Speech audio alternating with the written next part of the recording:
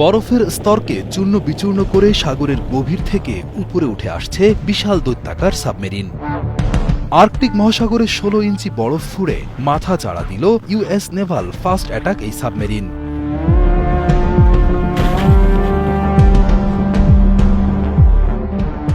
শুধু মাথা চাড়া দেওয়াই নয়, রীতিমতো ৩ ফুট শক্ত বরফ ভেঙে উপরে উঠে আসে এই শক্তিশালী ডুবোজাহাজ ইউএসএস হার্টফোর্ড।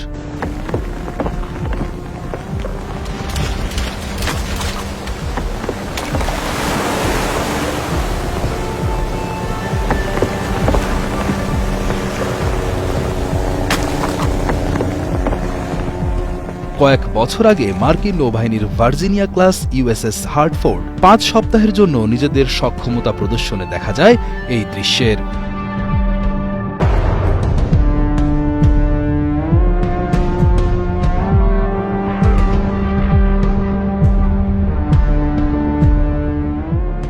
মহড়া চলাকালে দক্ষিণ আলাস্কার পুরু বরফের আচ্ছাদন ভেঙে বেরিয়ে আসে এটি।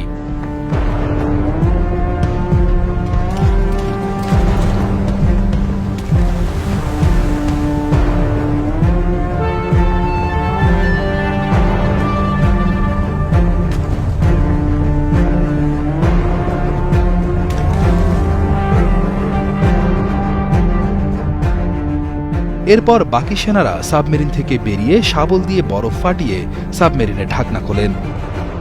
এর পুরো প্রক্রিয়াটাই চলে হাড় কাঁপানো ঠান্ডায়।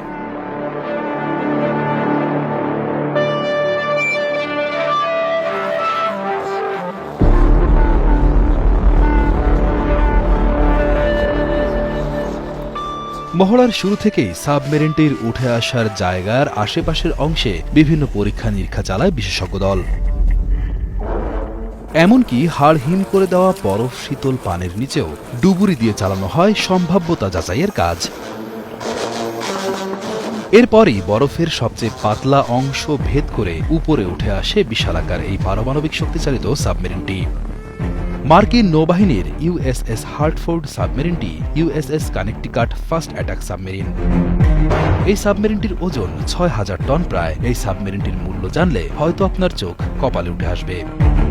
২০০২ সালে জেনারেল ডায়নামিক্স ইলেকট্রিক বোটের তৈরি হওয়া সাবমেরিনটি ২০০৪ সালে মার্কিন নৌবাহিনীতে কমিশন লাভ করে। এর মূল্য প্রায় $২.৮ বিলিয়ন, যা বাংলাদেশি টাকায় দাঁড়ায় ২৮,০০০ কোটি টাকা। এটির দৈর্ঘ্য ৩৭৭ ফুট এবং প্রস্থ ৩৪ ফুট। এর গতিবেগ ঘণ্টায় ২৫ নট বা ৪৬ কিলোমিটার। এটি মূলত বিভিন্ন প্রশিক্ষণ সাবমেরিন হিসেবে ব্যবহার হয়। এর পাশাপাশি হার্টফোর্ড তার শত্রুদের অদৃশ্যভাবে আঘাত করে ধ্বংস করা এবং সমুদ্রের উপরে থাকা এবং নিচে উভয় লক্ষ্যবস্তুতে আঘাত হানতে সক্ষম।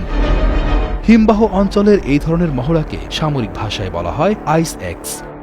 শুধু আমেরিকা নয়, রাশিয়া, চীন, জার্মানি, কানাডা, ফ্রান্স, ইংল্যান্ড সহ সামরিক শক্তিধর প্রায় সব দেশই বরফ শীতল অঞ্চলে এই ধরনের মহড়া চালিয়ে থাকে।